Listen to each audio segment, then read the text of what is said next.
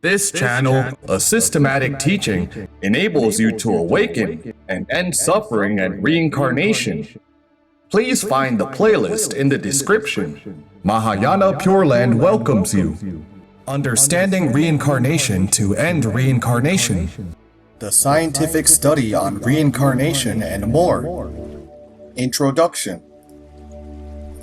Many people, after experiencing the genuine benefits of Buddhist teachings, such as inner peace, deeper spiritual enlightenment, and beyond, have asked, since Buddhism is phenomenally beneficial, why did Shakyamuni manifest as a Buddha in India to benefit Indian people instead of appearing in other areas like Europe, America, or China? You may ask, who was Shakyamuni Buddha? Shakyamuni is Sanskrit for sage of the Shakya. Siddhartha Gautama, a royal prince of the Shakya clan, was born in the 6th century BC in India near modern Nepal. He is now called Shakyamuni Buddha after becoming enlightened. He became a philosopher and spiritual leader whose teachings are now known as Buddhism. Buddhism is considered a spiritual education rather than a religion, focusing on ethical practices, meditation, and reciting Amitabha with mindfulness, etc. Its teachings includes reincarnation, being reborn in subsequent lifetimes, as a path toward ultimate enlightenment. Now let's go back to the question, why did Shakyamuni Buddha incarnate in India instead of other regions? The contemporary mentor of the Pure Land school of Buddhism, Master Ching has unveiled the answer for us. In ancient India, there were 96 religions, and meditation was a prevailing practice among them. Many of the practitioners, through deep meditation, could see different worlds and different dimensions. From the highest dimension of the heaven of neither perception nor non-perception to the lowest dimension of Avicii hell, they saw all of the 6 realms. Many of them asked, why are there 6 realms of reincarnation? Why is there so much suffering in them? Are there any other worlds beyond these 6 realms? Can we transcend the suffering of these 6 realms? Well, when there is an entreaty, there will be a response. Shakyamuni therefore manifested as a Buddha in India to help them understand the truth of life and the universe. Since most of the practitioners had seen the 6 realms during their deep meditation, they easily accepted his teachings. Let's think about it this way. Would people in Europe, America, or China who had not practiced meditation and had not seen the 6 realms believe his teachings? Of course not. That's why it makes perfect sense that Shakyamuni Buddha manifested in India. 6 realms are the realms between birth and death, including the paths of hell, hungry ghost, animal, human, asura, and heaven. They are decided by the state of one's mind. It is extremely difficult to see all 6 realms through meditation, yet understanding reincarnation is the key for us to transcend the suffering sea of samsara. Samsara is a fundamental belief of most Indian religions, the concept of the cycle of death and rebirth. Without understanding and believing in this fact, we will submerge ourselves in the wheel of being deluded, making karma, and then receiving the suffering of retribution. Luckily, modern science has been studying reincarnation since the mid-20th century.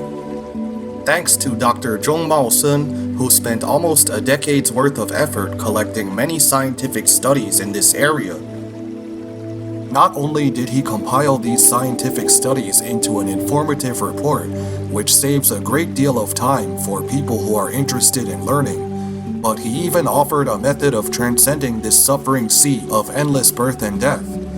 This is phenomenal. The topic of causal reincarnation is indeed a very important sage education. In the past, Great Master Yin Guang, the 13th patriarch of Chinese Pure Land School, emphasized causality education above even Buddhist scriptures. Now let us start Dr. Zhong's speech.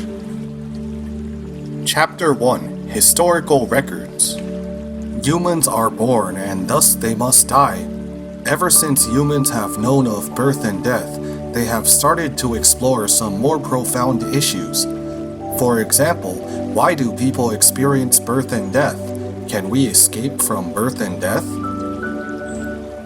These questions actually have been explored for thousands of years throughout human history. Many religious and traditional cultures offer an abundance of answers.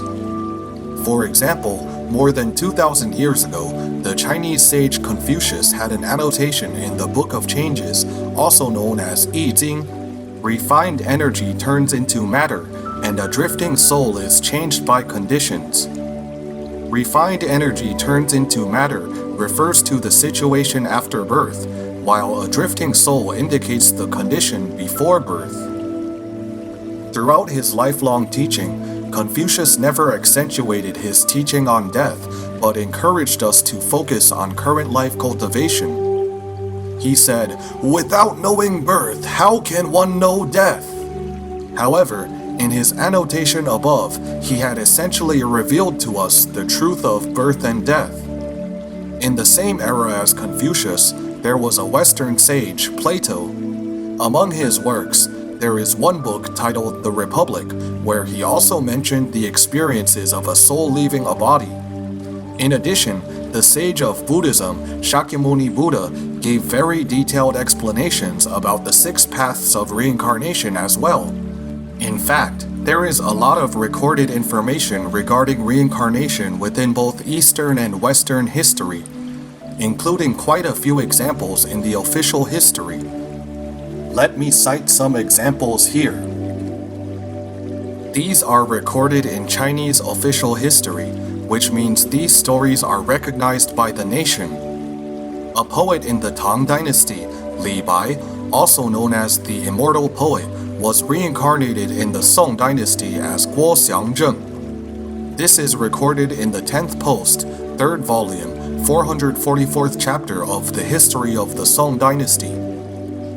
The former life of Emperor Ren of Liang in the southern and northern dynasties was as a monk named Miao Mu Seng. Observing from history, we can see that emperors and people with great fortune and power were usually practitioners in the past. This record is an excerpt from the first post, 3rd volume, 8th chapter in Liang's Annals of Southern History. The record also includes instances of the reincarnation of heavenly beings. For instance, in the history of the Tang Dynasty, Emperor Daizong was reincarnated from a deity. This is recorded in the 3rd post, 7th volume, 27th chapter in the Book of Tang. Of course, animals are also mentioned. That is, people have reincarnated as animals. The most famous example is from the Spring, Autumn, and Warring States periods. A general of the Qin state, Bai Qi, led his army to fight against the Zhao state. General Zhao Kuo of the Zhao state only understood military tactics on paper and didn't understand how to use military force, so he lost. As a result, 400,000 soldiers of the Zhao army were captured by the Qin general Bai Qi, and Bai Qi had the 400,000 prisoners buried alive. In doing so, he committed a deep sin. This history was recorded in a famous history book, The Chronicles of the Eastern Zhou Kingdoms. Its original words were this: "At the end of the Tang Dynasty, an ox was struck dead by lightning. On the belly of this ox was written the words Bai Qi." The critics said that Bai Qi had killed too many people. Therefore, he received the retribution of being reborn as an animal and struck by lightning for hundreds of years. According to the legend, many people, when slaughtering pigs, saw the words Bai Qi after the pig hair was removed. This implies that Bai Qi was reincarnated life after life to receive his retribution. We can only mention a few of the many records in ancient history because our focus today is on scientific cases. Due to so many records in official history, the ancients had no doubts at all about the truth of causal reincarnation. However, science has progressed today, and people have begun to believe in science with strong faith. Many think that science offers facts and evidence, so they no longer believe in causal reincarnation. They consider reincarnation a religious concept. Some use science to criticize religion and claim that reincarnation in religion is anti-science. Why would this be? It's likely because science and religion have had grievances for hundreds of years. In the 17th century, Italian astronomer Galileo Galilei proposed that the Earth was not the center of the universe. At that time, the religious believers, who were Catholics, embraced the idea that the Earth was the center of the universe and had been created by God. As a result, Galileo was persecuted by the clergy. They rebuked his scientific discoveries as heresy and imprisoned him for life. Many scientists were also persecuted at the time, including Italian monk and philosopher Giordano Bruno, who was burned at the stake. In the past, people used religion against science, causing the grievances between science and religion, so today people use science to discredit religion. This is called an eye for an eye, or causal retribution. Thanks for watching. See you soon on part 2.